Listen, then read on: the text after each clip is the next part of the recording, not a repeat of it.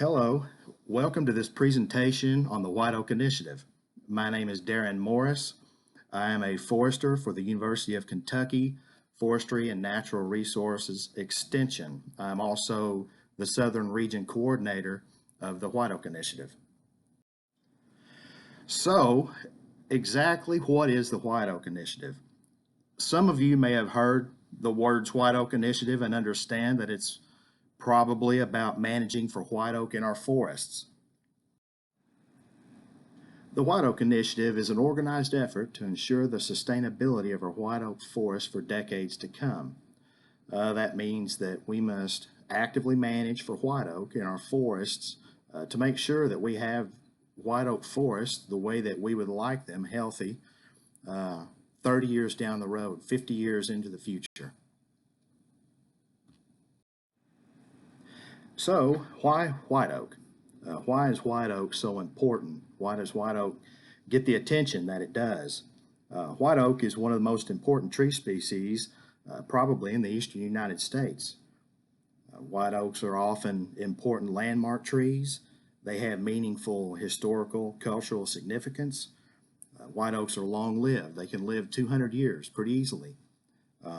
White oaks also happen to be one of the most widely distributed of all oaks. And I'm talking about the range of white oak. As you can see here, white oak pretty much covers the four corners of the eastern United States. Don't worry so much about the details here. Just look at the dark areas. The darker green areas show the density of white oaks in our forest.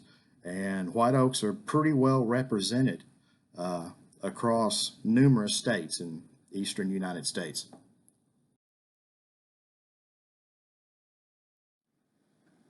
White oak also happens to be one of the most important trees for wildlife. The white oak acorn is the most palatable of all the oaks. That means that it's less bitter tasting, and you might say that it tastes sweeter than other acorns. Young seedlings and saplings provide tender shoots and buds for deer browsing in the forest floor. Mature white oak trees also happen to be a favorite nesting spot for birds such as the cerulean warbler. White oak provides a lot of benefit for wildlife. As most oaks are important providers of forest products, white oak is certainly no exception.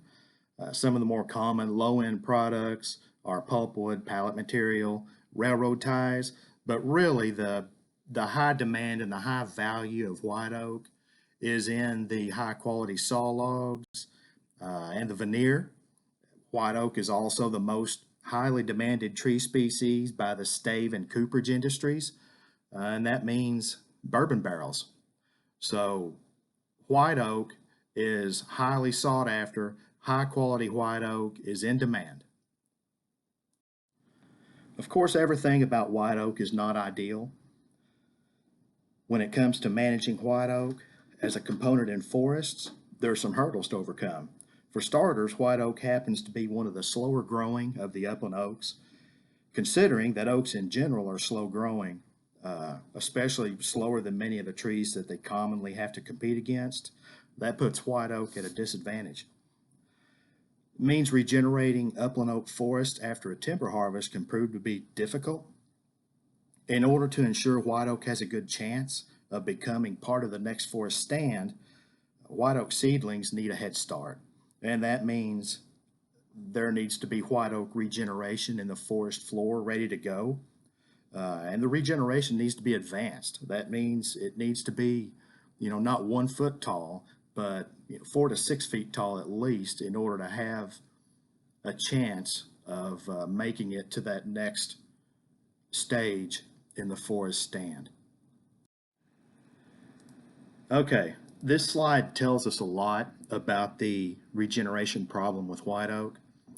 This data set was run by Dr. Lotka here at the University of Kentucky. So look at this, age 51 to 60 years old. These are white oaks within the forests of the eastern United States, this part of the region right here. And 51 to 60-year-old there are about 4 million acres of that type of forest that has 51 to 60-year-old trees, of which white oak is a part. So 61 to 70-year-old forests with white oak, about 5 million acres. Almost the same 70 to 80 years old, 81 to 90 years old, 90 to 100 years old. So really, it takes at least 50 years to get to the point to where a tree could become a grade 1 log. And even beyond that, 71 to 80 years before it can become considered as a stave log for the barrel industry, for instance. Now, looking at the number of acres of trees that are in that range, looks like we have maybe, count them up, 15, 18 million acres of that type of forest. That's older than 70 years. Well, that's kind of a problem when you look at the regeneration that is going to become that forest 30 and 50 years into the future. 1 to 10-year-old white oak forests, that's not very many. 11 to 20 years, 21 to 30 years. We have maybe 3-4 million acres of this regeneration that, when projected, if things don't change, is going to become much less than this number of acres that we have right now, showing the 60 to 70-year-old trees, the 70 to 80-year-old trees, the over 100-year-old trees. So that's going to create a bottleneck if we don't do things to change that right now. This slide shows that only 18% of white oak forest acreage is 0 to 50 years old. So add 50 years to that. You can do the math. This is what's growing towards the future.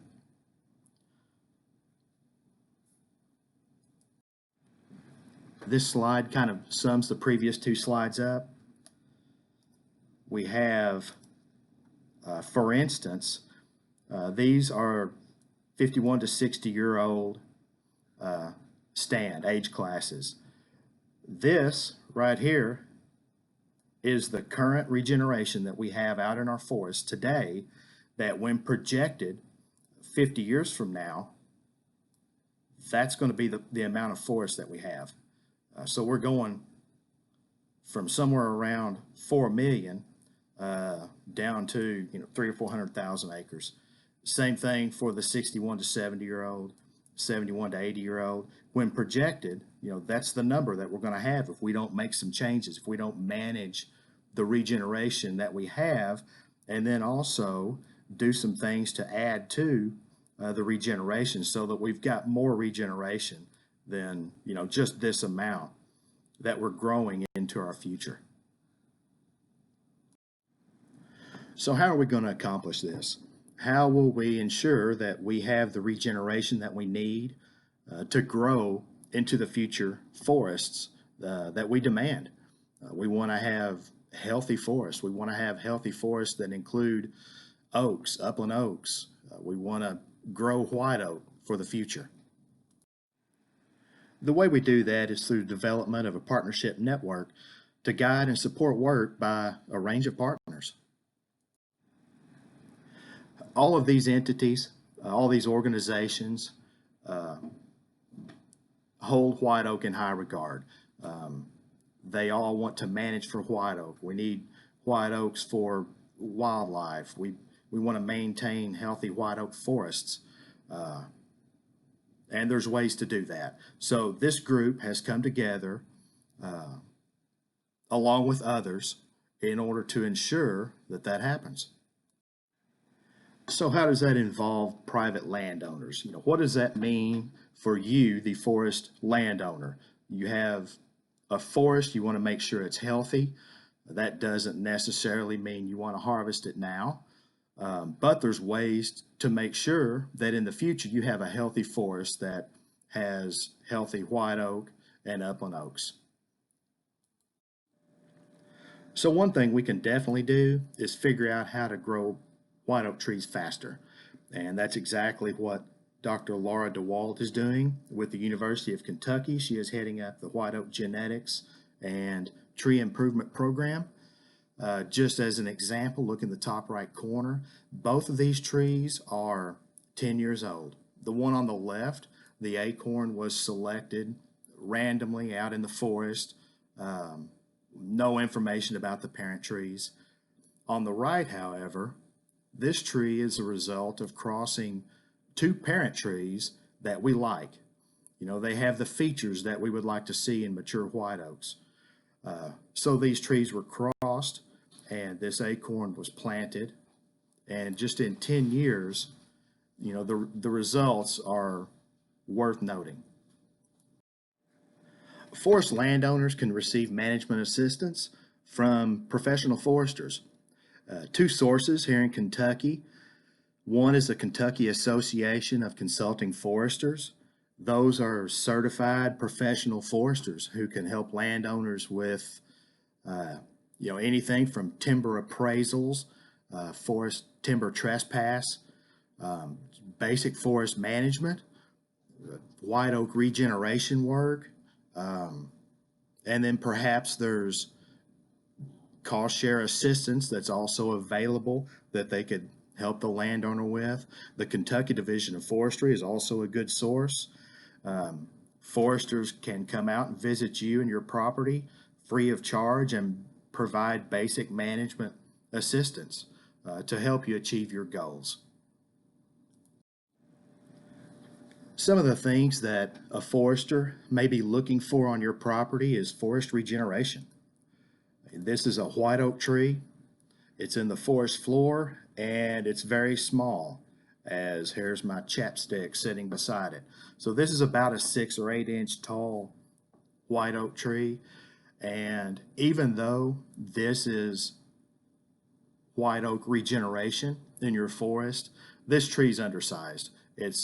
That's not going to cut it. That's not going to be able to outcompete some of the faster growing trees that will be growing up right next to it with increased sunlight into the forest floor due to a timber harvest or a ice storm or whatever.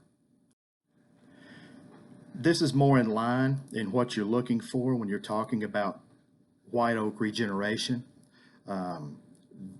This behind me, these are all white oak trees, and most of these are well over 6 feet tall, and that's what we call advanced regeneration, and that's really what's required. Here's the white oak tree right here, and whenever this thing is harvested, you need to make sure that you have all this white oak regeneration ready to go and ready to outcompete any other unwanted, undesirable trees. This is a forest about 10 years after a harvest, and there's all kinds of regeneration here. All this stuff is good size regeneration. There's all kinds of white oaks out here in this. You can't see them from here, but I happen to know they're in there. There's other species as well, but now's the time to come back in and perhaps remove these trees that were left during the last harvest. It helped enable this regeneration to form and become advanced so that it's ready to take over. Now, once these trees are removed, there could be some additional management work 5 to 10 years down the road where we could do some potential crop tree release, where we would go in and actually select the white oaks and the other upland oaks that we want to make sure survive to the next forest stand. So here's another picture of a forest that has advanced regeneration. We've got some pretty good sized white oak trees. All of these are white oaks. Everything you see, even the ones in the background, is pretty good looking white oak forest here. And there's also a lot of regeneration, as you can see. All this stuff in here is advanced regeneration. The problem is none of it's oak. It's all something else besides oak, and it happens to be hawthorn beam and some hickory. There's maple. There were some elms, as I recall, and dogwood trees, but there were no white oak trees. So even though this looks like, without delving into it further, that there's good white oak regeneration or potentially good regeneration, there's not. The species here is not right. So if we go in and we remove these trees, we've basically caused ourselves a lot of management work in order to get this forest back into the conditions where it's growing healthy white oaks. Okay, this is the next size class up. I'm leaning on a white oak tree, one that I would consider a crop tree in this situation. Here's another one back here. There's another white oak. There's other species mixed in, black cherry, hickories, and this is a result of a clear cut, patch clear cut that had advanced regeneration in the other understory ready to go. So basically, the trees that were overtopping them were harvested, and here's your result. So this is what we have. It's a crop tree that we would like to make sure makes it to the next forest stand because it's got good potential. It's straight, it's tall, it had good branch formation, and it's also a white oak tree. Along those same lines, this is the same stand, just in a different location. On the left is a white oak tree. That's a good crop tree. On the right was also a good white oak tree that had good potential, so that's a crop tree. But in the middle here is a red maple, and that's one that commonly outcompetes upland oaks. In this situation, they grow fast and they become a problem if you're trying to manage for oaks. So in this situation, if we were doing a crop tree release, I would cut this and remove it in order to release the more desirable white oaks that are on each side of it. And that's kind of how crop tree release works. So once again, if you're interested in having a forester come out, walk around your property with you, you can contact the Kentucky Association of Consulting Foresters, KACF.org, or the Kentucky Division of Forestry. They'd be happy to send a forester out to help you achieve your management objectives. For more information on white oak management, the White Oak Initiative, you can contact whiteoakinitiative.org. I know we will be making, a lot of progress in the near future, so check in and see how things are going. You can also contact me anytime, darren.morris@uky.edu. Thanks.